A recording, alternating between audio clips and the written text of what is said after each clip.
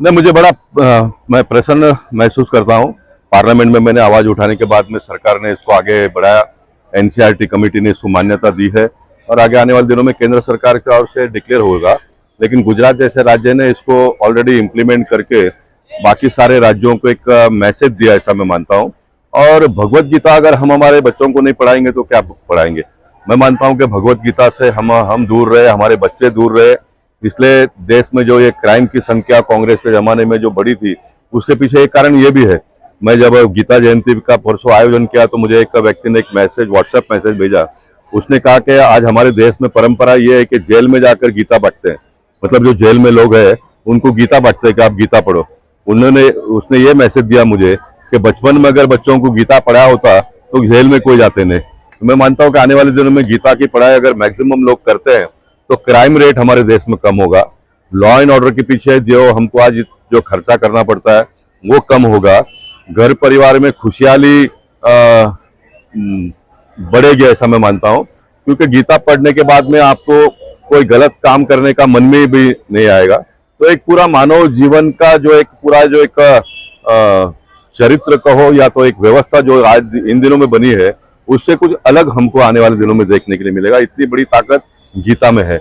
इसलिए सरकार ने तो आने वाले दिनों में गीता और रामायण दोनों पढ़ाने का तय किया है। मैं मानता हूँ कि बहुत बड़ी उपलब्धि है और ये भारत देश की पहचान है। सर, जिस तरीके का मुद्दा आप लोकसभा में उठाते हो वो दूर दूर तक किसी और के दिमाग में भी नहीं आता और आपके दिमाग में आता है, आप सोच भी लेते हो और उसे आप लोकसभा में उठाते हो, फिर लोकसभा से आप केंद्र सरकार तक उसे ले गए थे। देखिए, मैंने जीवन में कॉर्पोरेशन में हो, विधानसभा में हो या तो आज लोकसभा में काम करते समय आप मुझे कभी भी मेरे मतदार संघ में ये नहीं है, मेरे मतदार संघ में ये होना चाहिए, मैं कभी बात नहीं करता। वो तो समय करता हूँ, लेकिन जितने भी मुद्दे मैंने उठाए हैं वो सारे देश भर के लोगों को लागू हो, उसका बेनिफिट मिले, इस प्रकार के सारे मुद्दे मैंने उठाए।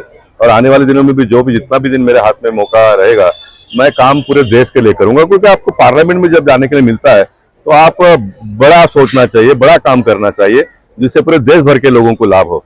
आज मोदी जी जो कर रहे हैं, देश का ही नहीं कर रहे हो तो दुनिया का कर रहे हैं, है ना। उनको मौका मिला तो उसको वो कर रहे हैं, तो उनका अनुकरण हमने भी करना चाहिए। मैं चाहूंगा कि मेरे पार्टी के विधायक और जो नगर सेवक है वो भी थोड़ा अपने स्तर से उठकर काम करे तो बहुत लोगों को लाभ होगा।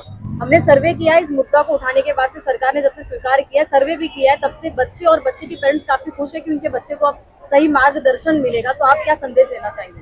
मैं मानता हूं कि 80% सनातन धर्म को मानने वाले हमारे देश में है, लेकिन हमारे बच्चों को ना तो घर में ना तो स्कूल में कोई हमारा एक ऐसा धार्मिक सांस्कृतिक विरासत जो है उसके बारे में पढ़ाई करने की कोई व्यवस्था ही हमारे देश में आज तक नहीं थी। आजाद होने के बाद, देश आजाद होने के बाद में सेकुलरिज्म कंसेप्ट को हमने स्वीकारा, लेकिन हमने उसको अपनाया। लेकिन बाकी सारे लोग तो उनके धर्म ग्रंथ जो है वो बच्चों को पढ़ाने लगे। आज भी महाराष्ट्र में हमने देखा कितना लाख रुपया मदरसा के लिए डिक्लेयर किया है, तो हमको उसमें कोई प्रॉब्लम नहीं। लेकिन भविष्य के देश के लोगों को आप क्यों पीछे रखते हो? आज मैं एक सांसद के नाते जब काम करता हूं तो मेरे मतदार संघ में अगर मुझे एक मंदिर बांधना है तो उसके लिए मुझे पापड़ बेलने पड़ते हैं। भारत जैसे देश में मेरे देश के प्रधानमंत्री दुबई में जाकर जगह लेकर वहां पर मंदिर बांधते हैं, और मेरे देश में मुझे अगर मंदिर बांधना है तो मुझे पापड़ बेलने पड़ते हैं। तो हमको आने वाले दिनों में ये सारा बदली करना पड़ेगा, क्योंकि हमारी देश की जो ताकत है पूरी, वो हमारे कल्चरल एक्टिविटी, सांस्कृतिक विरासत है। बाबर भी जब आए हमारे देश में तो उन्होंने सबसे पहले हमारे मंदिरों को तोड़ना शुरू किया। क्यों? क्योंकि उनको मालूम पड़ा कि भारत देश के लोगों को पूरा ताकत, पूरी इनकी जान जो है मंदिर में है, इसलिए उन्होंने मंदिर ध्वस्त करने का सोचा। तो मंदिर अगर टूट गया तो ये पूजा पाठ से दूर हो जाएंगे, तो ये धर्म परिवर्तन करेंगे।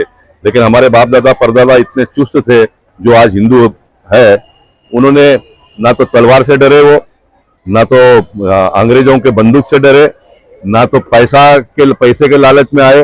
वो हिंदू थे, इसलिए आज हम हिंदू है। जो लालच में आ गए वो इधर उधर हो गए। लेकिन हम इतने भाग्यवान है कि हम सनातन धर्म को हमारे बाप दादा परदादा ने माना, हमारे तक हाथ में दिया। हमारा ये फर्ज बनता है कि हम हमारे बच्चों को आने वाले दिनों में दे। 22 जनवरी को जो राम मंदिर का उद्घाटन हो रहा है, मैं मानता हूं कि 20वीं शताब्दी में जो लोग जन्मे थे, 21वीं शताब्दी में जो लोग जी रहे, उनके जीवन में इससे बड़ा योगदान, बड़ी बात तो कभी हो ही नहीं सकती है कि उनके नजर के सामने इतना बड़ा भव्य राम मंदिर का निर्माण हो रहा है ना। इससे बड़ी बात क्या हो सकती है? 370 देखते देखते निकल गया। कितने सारे पराक्रम मोदी जी ने किए हैं, और आने वाले 5 साल में आप देखेंगे बहुत तेजी से गाड़ी आगे बढ़ने वाली है।